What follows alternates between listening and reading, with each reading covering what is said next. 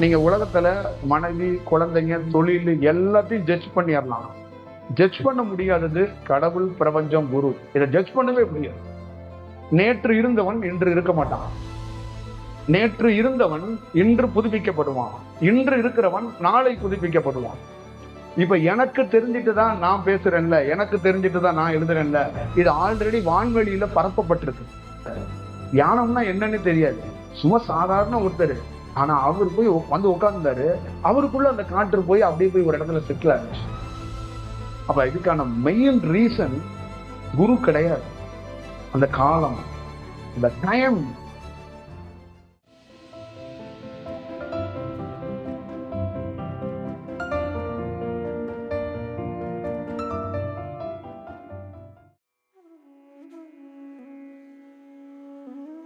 நமக்கு ஒரு எங்கேயாவது ஒரு இடத்துல ஒரு இன்ஸ்பிரேஷனா யாரையாவது ஒருத்தரை நம்ம தேர்ந்தெடுத்திருப்போம்.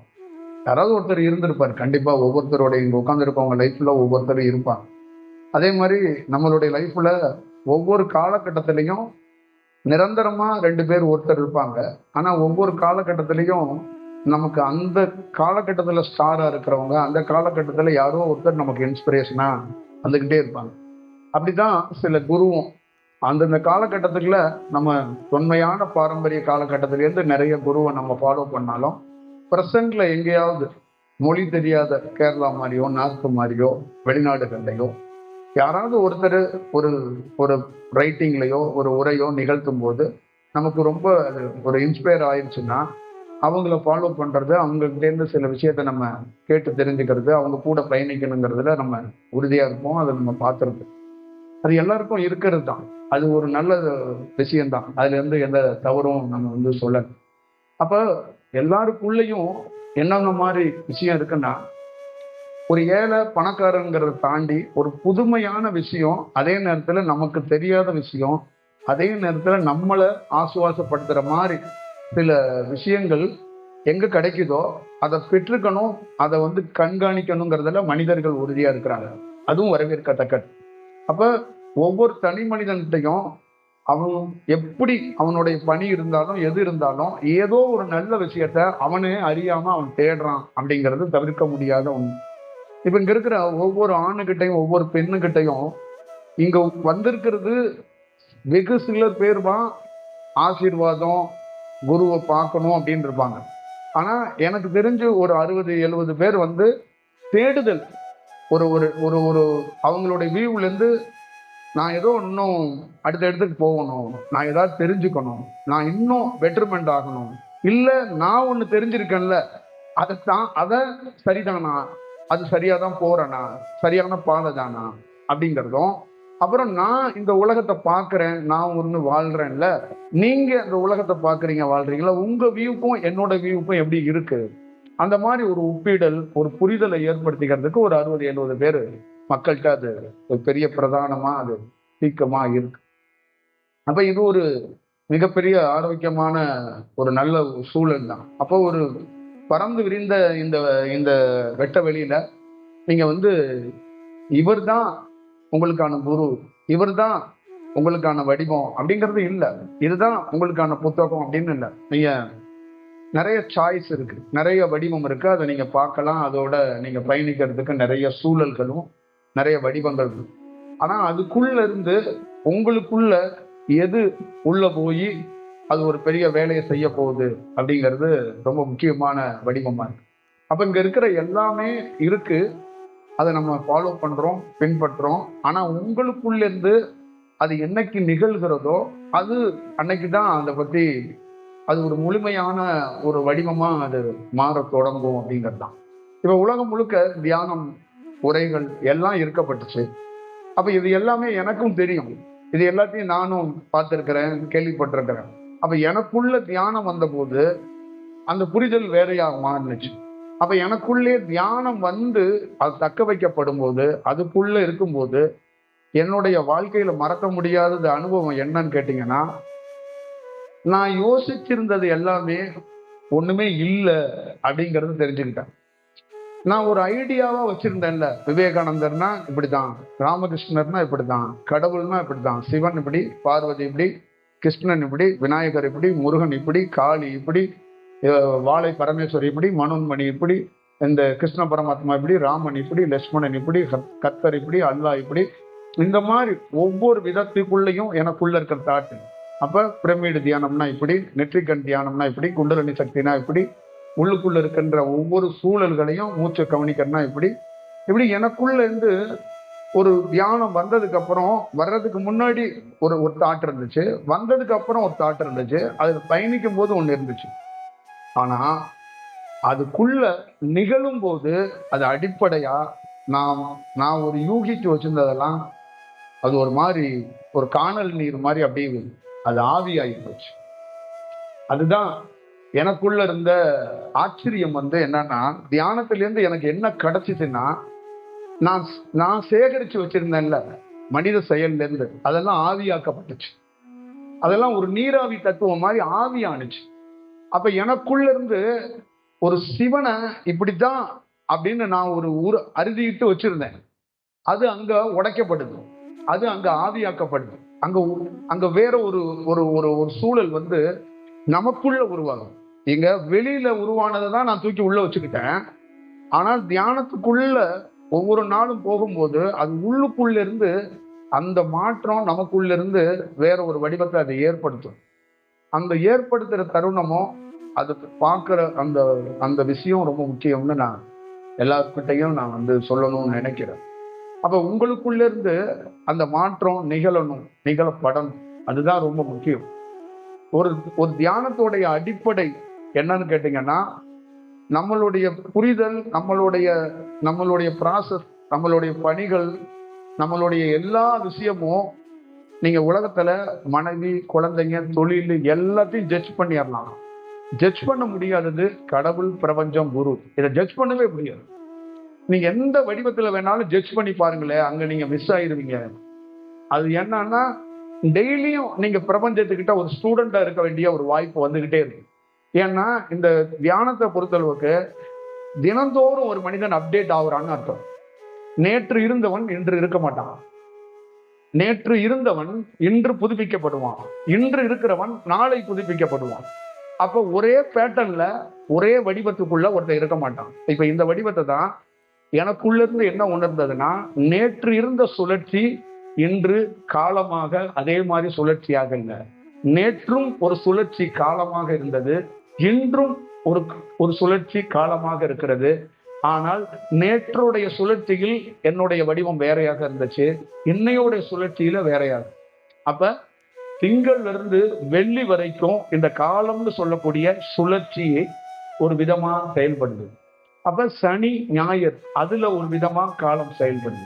இந்த காலத்துக்குள்ள கிழமை, நேரம் இதெல்லாம் உள்ள அடுக்கிக்கிட்டே போறாங்க. திதி, நட்சத்திரம், கோள்கள், பஞ்சபூதத்தோடைய தன்மைகள், அதே மாதிரி நம்மளுடைய ரொம்ப ஒரு இந்த பௌர்ணமி, அமாவாசை, இந்த வடிவங்கள் எல்லாமே அந்த காலத்தோடைய அந்த வடிவத்துக்குள்ளேயே எப்படி ஒரு பேஸ்மெண்ட் போட்டு ஒரு கட்டடத்தை அடுக்கிறோமோ அதே மாதிரி ஒரு கால சுழற்சியில இதுங்களை எல்லாத்தையுமே ஒரு காற்று ஒவ்வொருத்தரையும் சந்திக்குது. இப்ப நீங்க இருக்கிறீங்க, உங்களை ஒரு காற்று மோதுனுச்சுன்னா உங்களுக்கு சந்திப்பு நிகழ்ந்துச்சுன்னு அர்த்தம். இப்ப சந்திச்சுட்டு அந்த காற்று உங்ககிட்ட நிக்கிறது இல்லை. 25 நிமிஷம் கழிச்சு உங்களுக்கு பின்னாடி இருக்கிற ஒரு நீல நிறத்துல ஒரு சேடி கட்டி இருக்கிற ஒரு அம்மாவை போய் சந்திக்குது, அடுத்தது இன்னொரு அம்மாவை சந்திக்குது. அப்ப ஒரு காற்று அப்படியே வாகித்து ஒவ்வொருத்தரையா சந்திச்சுட்டு போகுது. அதுதான் காலம்னு சொல்றாங்க. அப்ப அந்த கால சுழற்சியில உங்களை மோதன காற்று சுக்கிரனா இருக்கலாம், சூரியனா இருக்கலாம், புதனா இருக்கலாம், ராகுவா இருக்கலாம், கேதுவா இருக்கலாம், எதுவா வேணும் இருக்கலாம். அப்ப இந்த சுழற்சியில உங்களை கடந்து போகுது. அப்ப மீண்டும் அடுத்த சுழற்சி நிகழ்வு. அப்ப இந்த சுழற்சியில தான் ஒரு அடிப்படையா ஒரு மனிதனுடைய எண்ணம் உருவாகுது. இந்த சுழற்சியில தான் ஒரு மனிதனுடைய அவனுடைய அந்த உடல்ல இருக்கிற பருவ மாற்றம்.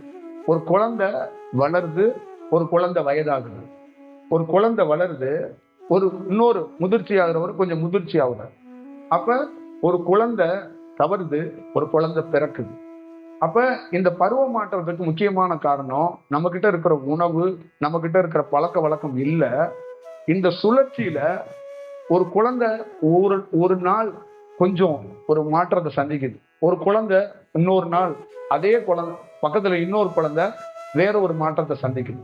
அப்ப இந்த ரேடியேஷன்ல, இந்த சுழற்சியில இங்க இருக்கிற அத்தனை மனிதருக்குள்ளயும் வெவ்வேறு ஆணாக இருந்தாலும் வெவ்வேறு பெண்ணாக இருந்தாலும் வெவ்வேறு தன்மைகள்ல சுழற்சி நடக்குது.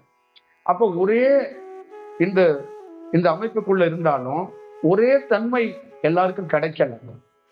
ஒருத்தர் ராகுல மேல் நோங்கி நிக்கிறாரு, இன்னொருத்தர் கேதுல மேல் நோங்கி நிக்கிறாரு, இன்னொருத்தர் சந்திரன்ல மேல் நோங்கி நிக்கிறாரு, இன்னொருத்தர் சூரியன்ல மேல் நோங்கி நிக்கிறாரு.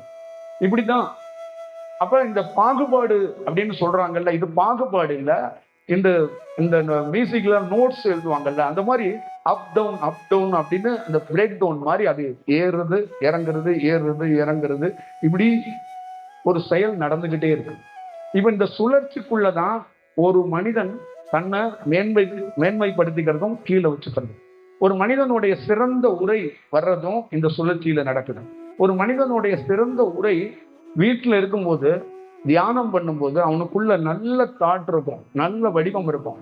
அதே அவன் உரை நிகழ்த்த வரும்போது அந்த விஷயத்தை அப்படியே ப்ரெசன்ட் பண்ண முடியும். ப்ரெசன்ட் பண்றதுல நிறைய குழப்பம் வந்துடும். அதே மாதிரி வீட்டுல இருக்கும்போது ஒரு ஒரு ப்ரிப்பேர் ஆகுறது, ஒரு எக்ஸாமுக்கு படிக்கும்போது ஒரு நல்ல மூட் இருக்கும். அந்த எக்ஸாம் காலுக்கு போகும்போது அப்படியே மாறி போயிடும். அந்த ரிசல்ட் அவனால கொடுக்க முடியாது. ஒரு ஒரு 80% நைட்டு 12 மணிக்கு படிச்சுக்கிட்டு இருக்க ஒரு ஸ்டூடெண்ட்டுக்குள்ள என்ன ஆகுனா, இப்பயே தேர்வு வச்சா நான் பாஸ் ஆயிடுவேன் அப்படின்னு உனக்குள்ள ஒரு தாட் வந்துடும். எனக்கு வந்திருக்கு. எப்படி வந்திருக்குன்னா, சமயத்துல மைக் இருந்தா இப்பயே மக்கள்லாம் நேத்து கூட நான் நினைச்சேன், இன்னைக்கு வச்சுட்டோமே, நேற்றே பேசியிருக்கலாம் நம்ம. ஏன்னா அது ஒரு மேல் நோங்கி வருது. அப்ப மேல் நோங்கி இருக்கு, எனக்குள்ள ஒரு உரை நிகழ்வு. நான் ஒரு உரை நிகழ்த்திக்கிட்டு இருக்கேன், மைக் இல்ல, ஆள் இல்ல, எனக்குள்ள ஒரு உரை நிகழ்த்தப்படுது. ஆனா அந்த உரையை கேட்கறதுக்கு ஆள் இல்லை. இப்ப உரை இருக்குல்ல, இந்த உரையை நிகழ்த்தணும், ஏன்னா மக்கள் வர்றாங்க, நிகழ்த்தணும்னு நான் நிகழ்த்துறேன். ஆனா நேற்று நடந்த நிகழ்வுகள்னா நான் ஒண்ணுமே செய்யல. அந்த உரை நிகழ்த்தப்படுது. அது லட்சம் மக்களுக்கு கிடைக்கப்பட்டிருக்க வேண்டிய உரையாக இருக்கு. ஆனா அந்த உரை 2 விதமா பிரிக்கப்படுது. ஒரு உரை இந்த மாதிரி மக்களிடம் நேரடியாக நடத்தப்படணும், இன்னொரு உரை மக்களே இல்லாம சூட்சமங்கள்ல வான்வெளியில பரப்பப்படணும் அப்படின்னு 2 வடிவமா பிரிச்சு, அப்ப மக்கள் கிட்ட போய் சேர்க்க வேண்டிய உரைய அது வேற வடிவமாகவும், மக்களுக்கே தெரியாம மார்க்கெட்டுக்கு போகும்போதோ, கடைக்கு போகும்போதோ, தியானம் பண்ணும்போதோ, கோயிலுக்கு போகும்போதோ இந்த சுவாசம் வழியாக அவங்களுக்கு உள் சார்ந்து அவங்க தியானம் பண்ணும்போது அவங்களுக்கு உள்ள ஒரு தாட்டு வரும். என்ன தாட்டு வரும்? ஓ, இந்த இடத்துக்குள்ள ஒரு ஒளி இருக்கு, இந்த இடத்துக்குள்ள தியானத்துல இப்படி ஒரு விஷயம் இருக்கு, நம்ம உடல்ல இந்த நரம்பு இப்படி போனா நம்ம உடல் மாறுது. இதெல்லாம் எங்கேயோ ஒரு ஞானி உரையாக நிகழ்த்தி காற்றுல அப்படியே அனுப்புறாங்க. அதை தான் நீங்க தியானமா சுவாசிச்சுட்டு உங்களுக்கு தெரிஞ்சுட்டு தான் நீங்க எக்ஸ்பிளைன் பண்றீங்க, உங்களுக்கு தெரிஞ்சுட்டு தான் நீங்க எழுதுறீங்க. இப்ப எனக்கு தெரிஞ்சுட்டு தான் நான் பேசுறேன்ல, எனக்கு தெரிஞ்சுட்டு தான் நான் எழுதுறேன்ல, இது ஆல்ரெடி வான்வெளியில பரப்பப்பட்டிருக்கு. இந்த வான்வெளியில பரப்பப்பட்டிருக்கிற கூடிய செயலை எனக்குள்ள என்னைக்கு வருதோ அது என்னுடையதாகவும், என்னுடைய உரையாகவும், என்னுடைய எழுத்தாகவும், என்னுடைய வடிவத்துக்குள்ள இருக்கிற சார்ந்தவங்களுக்கு கிடைக்கிற மாதிரி ஒரு வாய்ப்பா இருக்கு. அது வான்வெளியிலே இருக்கும்போது அதை தேடி நம்ம அலையிறோம். இப்படிதான் இதுக்குள்ள இருக்கு. அப்ப நேற்று உரை நிகழ்ச்சி இருக்கணும் அப்படின்னு நினைச்சேன். அதே மாதிரிதான் ஒரு எக்ஸாமுக்கு தயாராகிற ஒரு மாணவர் அந்த படிக்கும் போது அவருக்கு அவரே இனம் புரியாம அந்த எக்ஸாமுக்கு தேவையான எல்லாமே ப்ரிப்பேர் ஆயிடுவாரு. அப்ப இப்பயே வச்சா நான் பாஸ்ன்னு நினைச்சிருப்பாரு. அதே எக்ஸாம் காலுக்கு போகும்போது அந்த மூடை கொண்டு வர முடியாது அவரால். அதுல அவர் சிரமப்படுவார். அப்ப அவர் பயங்கர டிஸ்டர்ப் ஆவார். ஆனா ஓரளவு கம்ப்ளீட் பண்ணி ஒரு ஸ்டூடெண்ட் எழுதிடுவாங்க. ஆனா வெளியில வரும்போது வீட்டுல எல்லாம் ஹாப்பி, இவருக்குள்ள அந்த நினைச்சதை கொடுத்துட்டோமா அப்படிங்கிற உள்ளுக்குள்ள ஒரு வழி இருக்கு. அது ஏன்னா காரணம் என்னன்னா, அவர் 100% பர்ஃபெக்டா எழுதிட்டாரு, அவர் திருப்தி ஆக மாட்டாரு. ஏன் திருப்தி ஆக மாட்டாருன்னா, 100 மார்க் எடுக்க வேண்டியவர் அந்த எழுதுறதுக்கு முன்னாடியே 1000 மார்க் எடுக்கிற அளவுக்கு முதல் நாள் நைட்டு அவருக்குள்ள ஒரு கிளர்ச்சி நடந்துச்சு. அதே விஷயம் அடுத்த நாள் இல்லை. அப்ப அந்த சந்தோஷத்தை, அந்த பிரசண்ட அந்த எக்ஸாம் கார்டுல கொண்டு வர முடியலைங்கிறது அவரால் பயங்கர ஒரு ஃபீல் ஆயிட்டாரு. அப்ப அது இது மாதிரி நிறைய பேருடைய வாழ்க்கைக்குள்ள இது இருக்கும். நீங்க ஒரு நினைச்சிருந்தா தெரியும், திருமணம் தாலி கட்டுறதுக்கு முன்னாடி ஒரு பெண்ணோட லைஃப் வேற மாதிரி இருக்கும். அந்த மேரேஜ் பண்ணும்போது அது ஒரு வேற மாதிரி மாறிடுது. இதுக்கெல்லாம் மூடு, இந்த மனம் அப்படிங்கிறதெல்லாம் இல்லைங்க, டைம் காலம்தான். அப்போ ஒவ்வொரு மனிதருக்குள்ளேயும் அந்த தாட்டு ஒரு டயத்துல மாறுதுங்கிறாங்க. அந்த அந்த காலம் அதுதான். ஒருத்தர் தியானம் பண்ணி ஒருத்தர் என்ன கண்டுபிடிச்சாருன்னா, இந்த டைமிங்கையும் இந்த காலத்தையும் கரெக்டா யூட்டிலைஸ் பண்ணலைன்னா நம்ம மிஸ் ஆயிடுவோம்னு கண்டுபிடிச்சாரு. அவருக்கு தியானத்துக்கு அடிப்படை யார் குரு அப்படின்னு கண்டுபிடிச்சாருன்னா காலம். இந்த சுழற்சியில இந்த உடலை இப்படி கரெக்ட் பண்ணலைன்னா இந்த உடலை எப்பயுமே கரெக்ட் பண்ண முடியாது அப்படிங்கிறது அவருக்கு ஒரு தெரிஞ்சிச்சு. அப்ப காலம், டைம், அந்த அந்த திதி, நட்சத்திரம், அந்த ராசிகள், இது எல்லாத்தையுமே ஒருத்தர் தீவிரமா கண்காணிச்சார். நீங்க புருவ மத்திய கண்காணிச்ச மாதிரி, நீங்க மூக்கு துவாரத்தை கண்காணிச்ச மாதிரி அவர் இந்த வெட்ட வெளியில இருக்கிற இந்த சுழற்சியை மட்டுமே கண்டுபிடிக்கிறதுக்காக ட்ரை பண்ணாங்க, வெயிட் பண்ணது. ஏன்னா இந்த சுழற்சி தான் உடல்ல பருவ மாற்றத்துக்கான காரணமா இருக்கு அப்படிங்கிறதுல அடிப்படையா. அப்ப தியானம் கத்துக்கிற இங்க எவ்வளோ மாணவர்கள் இருக்கிறாங்க. ஆனா சேஞ்ச் வராததுக்கு முக்கியமான காரணம் அந்த சுழற்சியோட அவங்களால அடாப்ட் ஆக முடியல, இல்ல அந்த சுழற்சியில அவங்களுக்கு கிடைக்க வேண்டிய அந்த எனர்ஜி கிடைக்கல. அப்ப அந்த எனர்ஜி பாயிண்ட் வந்துருது, எனர்ஜியோட இடம் வந்துருது. அங்க ஒரு தீர்த்தம் உங்களுக்கு கிடைக்கணும், அந்த தீர்த்தம் கொடுக்குற இடம் வந்துருது. ஆனா அந்த தீர்த்தத்தை நீங்க அருந்துற வாய்ப்பு இருக்கு, ஆனா அது முழுமையா உங்களுக்குள்ள உள்ள போய் அந்த உடல்ல சேரல. அப்ப உங்க அருகாமையில் இருக்கிற 2 பேர் தியானத்துக்கு வர்றீங்க, உங்க அருகாமையில் இருக்கிற இன்னொருத்தர் அதே தீர்த்தத்தை அருந்துறாரு, அவருக்குள்ள அது போய் சேருது, இன்னொருத்தருக்கு சேரும். அப்ப அவங்களுக்குள்ள என்ன இருக்கும்னா அந்த சேரலைங்கிறத கண்டுபிடிக்க முடியல, குருவை தான் பாக்குறாங்க. அப்ப அதுக்கு சேராததுக்கு என்ன ரீசன் அப்படின்னா, இந்த கால சுழற்சியில நீ என்ன அருந்தினாலும் அந்த உடல் அந்த டைமிங்ல ஏத்துக்க மாட்டேங்குது, அது ஏத்துக்க மாட்டேங்குது. அப்ப அந்த ரேடியேஷன் இந்த காலம் ஒரு ராகுவோட காலம் நடந்துகிட்டு இருக்கு, ஒரு 3 hours நடக்குதுன்னு வச்சுக்கோங்க அந்த சுழற்சி. அப்ப நீ உள்ள ஒரு காற்று வருதோ, ஒரு குருவோடைய ஆசீர்வாதமோ, ஒரு குருவோட தீட்சையோ உன்னால உள்வாங்கி அந்த உடலுக்குள்ள செட்டில் பண்ண முடியல. அப்ப அது உள்ள போனுச்சு, வாங்கிச்சுட்டு ஒரு வேலை செஞ்சுச்சு, ஆனா வெளியேறிடுச்சு. ஏன்னா அது தக்க வச்சுக்க முடியல. அப்ப இன்னொருத்தர் ஒண்ணுமே இல்லை, தியானம்னா என்னன்னு தெரியாது, சும்மா சாதாரண ஒருத்தர், ஆனா அவர் போய் உட்கார்ந்தாரு, அவருக்குள்ள அந்த காற்று போய் அப்படியே போய் ஒரு இடத்துல செட்டில் ஆச்சு. அப்ப இதுக்கான மெயின் ரீசன் குரு கிடையாது, அந்த காலம், அந்த டைம். அதனாலதான் பெரியவங்க எப்பயுமே சொல்லுவாங்க, டே காலத்தை விட்டுறாத, நேரத்தை விட்டுறாத. எல்லாருமே எதை வச்சு அடிப்படை நம்மளுடைய சார்ட் என்னன்னா காலம். இந்த பூமின்னு சொல்ற சுழற்சி இருக்குல்ல, இதுதான் நம்ம ஒவ்வொரு நிமிடமும் வளர்றோம். நம்ம கிட்ட புத்தகமே ஒண்ணுமே படிக்க வேண்டாம். ஒரு கிராமத்துல போனீங்கன்னா எழுத படிக்க தெரியாது கூட நிறைய பேச தெரிஞ்சுக்கிட்டே இருக்கும். எங்க இருந்து பேசுறாரு, அவர் படிக்கவே இல்லை, அவருக்குள்ள இருந்து எப்படி இந்த ஐடியா எல்லாம் வருது அப்படின்னா, இந்த கால சுழற்சியில அந்த எண்ணத்தை உருவாக்கி அதை படிப்பாவே கொடுக்குமா. இப்போ ஒரு ஆசிரியர் யாருன்னா காலமாவே இருக்கு, ஒரு டைம், ஒரு காலம். இது 2 பேரும் ரொம்ப ரொம்ப அவசியமானது. அப்ப இதுதான் நம்மளை யாருன்னு நம்மளை வெளியில காட்ட போற ஒரு சூழல் உருவாக்க போறதுக்கு ரொம்ப முக்கியமானது. அப்ப இந்த புரிதல் மக்கள்கிட்ட இல்லாதனால மக்கள் என்ன பண்ணிடுறாங்கன்னா, ரிப்பீட்டடா ஒரு குரு கிட்ட 5 வருஷம் இருக்கிறாங்க, அடுத்தது இன்னொரு குரு, இன்னொரு குரு, இன்னொரு குரு, இன்னொரு குரு, இன்னொரு தியானம், இன்னொரு தீட்சை, இன்னொரு, அப்படியே சேஞ்ச் பண்ணிக்கிட்டே இருக்கிறாங்க. இன்னொரு டீம், இந்த உலகத்துல இருக்கிற ரெஃபரன்ஸ் பண்றேங்கிற பேர்ல எல்லாம் எவெல்லாம் தியானத்துக்காக புக் எழுதியிருக்கானோ அவனெல்லாம் படிச்சு தள்ளிக்கிட்டே இருக்கிறாங்க. அப்ப இது எல்லாமே எண்ட்ல என்னன்னா, ஒரு புக்லையும் ஒவ்வொரு உரையிலையும் ஒவ்வொரு குரு கிட்டையும் ஒரு ஃப்ரீக்வன்சி வெளிப்படுங்கிறாங்க. இப்ப என்னன்னா, அந்த கால சுழற்சியில இவருக்குள்ள ஒண்ணு நடந்திருக்குல்ல, அந்த இவருக்குள்ள நடந்திருக்கிறது இவர் ஒரு தன்மைக்கு மாறுவாருங்கிறாங்க. அந்த சுழற்சி இவருக்குள்ள போய் உள்ள பூந்திருக்கிறதுனால இவருக்கிட்ட இருந்து ஒரு ஸ்டேஜ்ல இவர்கிட்ட இருந்து ஒண்ணு வெளிப்படுங்கிறாங்க. அப்ப இவர்கிட்ட இருந்து ஒண்ணு வெளிப்படும் போது அது உனக்குள்ள கிடைக்கும். அப்ப அத நீ என்ன பண்றன்னா தக்க வைக்காம அத ஒரு பக்கம் வச்சுக்கிற, ஒரு ஓரமா இன்னொரு பொருளை தேடுற. அப்ப ஒரே மனிதன் ஒரு 3-4 வடிவத்தில் இருக்கிற ஒரு குருவோடைய ஒரு இங்க கோயம்புத்தூர்லயே வச்சுக்கோங்க, அங்கிட்டு ஒரு ஒரு ஒரு ஒரு பீக்ல தமிழ்நாட்டுல ஒரு ஸ்டேஜ்ல பீக்ல பொள்ளாச்சியில அங்கிட்டு ஒருத்தர், இங்கிட்டு ஒருத்தர், இப்படி ஒரு 6-7 பேர் வச்சுக்கோங்களேன். இந்த 6-7 பேரையும் நிச்சயமா எல்லாருமே டச் பண்ணிருப்பாங்க இங்க உள்ளவங்க. இப்ப இவங்களுக்குள்ள என்ன இருக்கும்னா 6-7 பேருமே இவங்களோட ஒப்பீடல் கடவுளுடைய பிள்ளைகள், இறை தூதர்கள், இல்ல இவர்களே இறை, இவர்களே பெரிய போதகர்கள், அப்படிதான் இருந்திருப்பாங்களே. 6 பேர்கிட்டமே 6 விதமான தன்மைகள் வெளிப்படும். 6 பேருமே ஒரே ஒரே வடிவத்திலிருந்து ஒரே பாதையிலிருந்து வந்திருந்தாலும் அவங்க கிட்ட ஒரே தன்மை வெளிப்படாது. அந்த ரேடியேஷன் வெவ்வேறதா இருக்கு.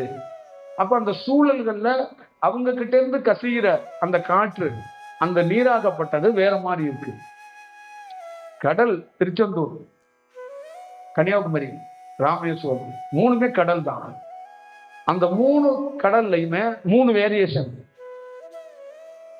அப்ப ஒரே சூரியன், ஒரே சந்திரன், அப்ப ஒரே கடல் பறந்து விருந்து கிடக்கு. அந்த இடத்துக்குள்ள பர்டிகுலரா அந்த வேரியேஷன் மாறுறதுக்கு என்ன காரணம்? அதுதான் ரேடியேஷன். அப்ப ஒரே ரேடியேஷன் ஒரு இடத்துல குவிக்கப்படுது. இப்ப உதாரணத்துக்கு சொல்ல போனோம்னா ஒரு சந்திரனுடைய தாக்கம் திருச்செந்தூர்ல அதிகமா இருக்குன்னு வச்சுங்களேன். அப்ப அந்த தன்மையில தான் ஒருத்தர் செயல்படுவான். இப்ப சூரியனுடைய தாக்கம் அதிகமா கன்னியாகுமரியில இருக்குன்னா அவனோட சூரியனுடைய தன்மை தான் அவன் உணர முடியும். அது மாதிரி கேதுவோட தன்மை அதிகமா ராமேஸ்வரம் கடல்ல விழுகுதுன்னா அதை தான் அவனால உணர முடியும். ஆனா இங்க இருக்கிற மக்கள் எல்லாத்தையுமே எப்படின்னா கடவுள், குரு, பிரிச்சுவல் இப்படிதான் பார்ப்போம். அதை ஒரு பிரிச்சு ஒரு லேயரா பார்க்கறதுக்கு முடியல. இது என்னன்னா 9 கோள்களுமே ஒரு ரேடியேஷன்ல ஏற்ற இறக்கவும் முடியாது. அப்போ 9 ரேடியேஷன் கிரகங்களாக இருக்கிறது. அந்த 9 ரேடியேஷன்ல ஒரு தனி நபர்களுக்கு ஒரு 4 இல்ல 3 இல்ல 5 சப்போர்ட் பண்ணும். ஒரு 3-4 நேர் ஆப்போசிட்டாக. அப்ப உங்களுடைய நீங்க சந்திக்கிற ஒரு நாளைக்கு 10 நபர்களை சந்திக்கிறீங்கன்னா 5 பேர் பாசிட்டிவ் தன்மையிலையும் 5 பேர் நெகட்டிவ் தன்மையிலையும் இருப்பாங்க. இப்ப இந்த 5 பேரும் ஒரே ஆபீஸ்ல தான் வேலை செய்றீங்க. ஆனா உங்களை நல்லா தெரியும், நீங்க படிச்சவங்க, நீங்க தான் சீனியரு, ரொம்ப டேலண்டான ஆளுன்னு தெரியும். ஆனா உங்க பேச்சை கேட்க மாட்டாங்க. உங்களுக்கு நேர் எதிர்வினை, நேரடியாக ஆப்போசிட்டாவே கருத்துக்களையும் உங்களை கஷ்டப்படுத்துற மாதிரியே ஒரு வேலையை செஞ்சுக்கிட்டே இருப்பாங்க. இதுக்கு ரீசன் அவர்கள் இல்லை, அந்த ரேடியேஷன் தான். அப்ப அந்த ரேடியேஷனோடைய விஷயம், அந்த புதன் சார்ந்து இருக்கிற ரேடியேஷனுக்குள்ள இருக்கிறவங்க உங்களோட டைப்ல இருக்கலாம். செவ்வாய் சார்ந்து உங்களுக்கு நேரடியா ஆப்போசிட்டா ஒருத்தர் இருக்கிறன்னா அந்த தன்மைய என்ன பண்ணும்னா இந்த கோள்கள் மனிதர்கள் மூலியமாவே உங்களுக்கு ரிஃப்ளெக்ஷனை ஏற்படுத்துவது. உங்களுடைய பணியில இது நடக்கிறதுக்கு வாய்ப்புகள் 100% இருக்கு. இப்படிதான் ஒரு ஆண் சுக்கிர தன்மையில ஆதிக்கம் நிறைந்தவனா இருப்பான், ரொம்ப ஆதிக்கமா இருப்பான். அவனுக்கு பெண்ணு, சுக்கிரனுக்கு அவனுக்கு சம்பந்தம் இல்லாத ஒரு பெண் மனைவியா வாழ்ந்துருவான். இப்ப இவன் வசீகரம், கற்பனை, அழகு, உடை இந்த மாதிரி இருப்பான். அவனுக்கு மனைவி இருக்கு பாத்தீங்களா, அந்த அம்மா குளிக்கிறதே விரும்பாது, ட்ரெஸ் போடுறதே விரும்பாது, தலை செய்வதே விரும்பாது, பவுடர் அடிக்கிறதே விரும்பாது, நேர் ஆப்போசிட். ஆனா அந்த அம்மா ஒண்ணு சொல்லிடும், நான் ரொம்ப சிம்பிளா இருக்கிறேன் அப்படின்னு. அதுக்குள்ள சுக்கிரத்தன்மை இருந்தாதான், சந்திரத்தன்மை இருந்தாதான் தன்னுடைய உடையோ தன்னுடைய விஷயமோ மாறும். இது 2 வடிவமும் அங்க இல்லைன்னு அந்த அம்மாவுக்குள்ள அந்த அந்த தன்னை மேன்மைப்படுத்துறதுல உடையிலையோ தலையிலையோ பார்க்க முடியாது. அப்ப தன்னுடைய உடையிலையோ தன்னுடைய முகத்திலேயோ மேம்படுறதுக்கு ஆப்போசிட்ல இருக்கிற கணவர் நம்ம இப்படி இருக்கிறோம், இவ இப்படி இருக்கிறா அப்படின்ட்டு அவரு புலம்புவாரு, சரிச்சுப்பாரு. அதுக்கு காரணம் அந்த ரேடியேஷனும் அந்த கோள்களுடைய தன்மை தான். அப்ப அந்த கோள்கள் அடிப்படையில தான் இங்க இருக்கிற அத்தனை மக்களுக்குள்ளேயும் நன்மை தீமைகள் ஒவ்வொருத்தருக்கும் தனிப்பட்ட முறையில கிடைக்கும். ஒருத்தர் தியானத்துல கொஞ்சம் பெட்டர்மெண்ட் ஆகுறாங்க, ஒருத்தர் தியானத்துக்கே கற்றுக்கொள்ள முடியாம போராடுறாங்க. ஒருத்தர் எல்லா விஷயமும் அவங்களுக்கு தெரிஞ்சிருக்கு, ஆனா உள்ள அதை ஒரு ஃபார்மினேஷன் பண்ண முடியல. ஃபார்மினேஷன்னா உள்ள போய் அது ஒரு வேலை செய்ய மாட்டேங்குது. இவ்வளவுதான் இதுக்குள்ள இருக்கிற ஒரு விஷயம். அப்ப இது ஒவ்வொரு பேத்துக்குள்ளேயும் சரியான புரிதல் இல்லை, ஒரு நல்ல டிஸ்கஷன் இல்லை மக்கள்கிட்ட இல்லை. மக்களை பொறுத்தளவுக்கு என்ன சொல்றாங்கன்னா, எல்லாத்தையுமே ஒரு ஒன்றா பார்க்குறாங்க. அப்ப நீங்க 9 கோளுமே ஒரே மாதிரி வேலை செஞ்சா நம்மளுடைய வாழ்க்கை எங்கேயோ போயிருக்குமே, வேற வடிவத்துக்குள்ள போயிருக்குமே. அப்ப நம்ம ஏன் ஒரு சில சில கோள்கள் சரியில்லாத போது பரிகாரம் பண்றோம், சில கோள்கள் சரியில்லாத போது நம்ம அமைதியா இருக்கிறோம். இப்ப இது வெறும் கோள்கள், மூட நம்பிக்கை அப்படின்னு நம்ம கடந்து போயிட முடியாது. நம்மளுடைய லைஃபே அப்படின்னா, அம்மா அப்பா டீச்சர் நண்பர்கள் யாரு வளர்த்தாலும் வளர்க்கலனாலும், உணவு கிடைச்சாலும் உடை கிடைச்சாலும் கிடைக்கலனாலும், இந்த சுழற்சியில நீ வளருவ. நீ தோல் ஒட்டி அப்படியே இப்படி ஒரு மாதிரி என்ன மாதிரி இப்போ ஒரு மாதிரி அப்படியே கிறங்கின மாதிரி கூட நீ வளரலாம். ஒருவேளை உங்க அப்பா அம்மா கிட்ட இருந்து ஒரு பொருள் கிடைச்சு அப்படியே ஆப்பிள் ஜூஸா குடிச்சு வேற மாதிரியும் வளரலாம். அப்ப அதுக்கு காரணம் இந்த கோள்கள் அடிப்படையில ஒருத்தனுக்குள்ள இருந்து நல்ல உணவு கிடைக்கிறதுக்கான ஒரு வாய்ப்பு இருக்கு, நல்ல உணவு கிடைக்காம இருக்கிறதுக்கு வாய்ப்பு இருக்கு. ஆனா அவனுடைய வளர்ச்சிக்கும் இந்த உணவுக்கும் அப்பா அம்மாவுடைய வளர்ப்புக்கும் எந்த சம்பந்தமே கிடையாது. ஒருத்தன் இளமையா வளர்றதுக்கும், ஒருத்தன் முதுமையா ஆகிறதுக்கும், ஒருத்தன் பிறக்கிறதுக்கும், ஒருத்தன் இறக்கிறதுக்கும் சுத்தி இருக்கிற பேக்ரவுண்ட்ல மனிதர்கள் காரணமா இருக்க முடியாது. மனிதர்களுக்கும் இதுக்கும் எந்த சம்பந்தமுமே முதல்ல கிடையாது. இப்போ அப்படியே ஒரு ஞானியை விட்டுறீங்க, குகையிலே உட்காந்துருக்காரு, 12 வருஷமா தவம் பண்றாரு. ஆனா அவருடைய உடல்ல பாத்தீங்கன்னா வேற ஒரு பருவ மாற்றம் நிகழ்ந்து.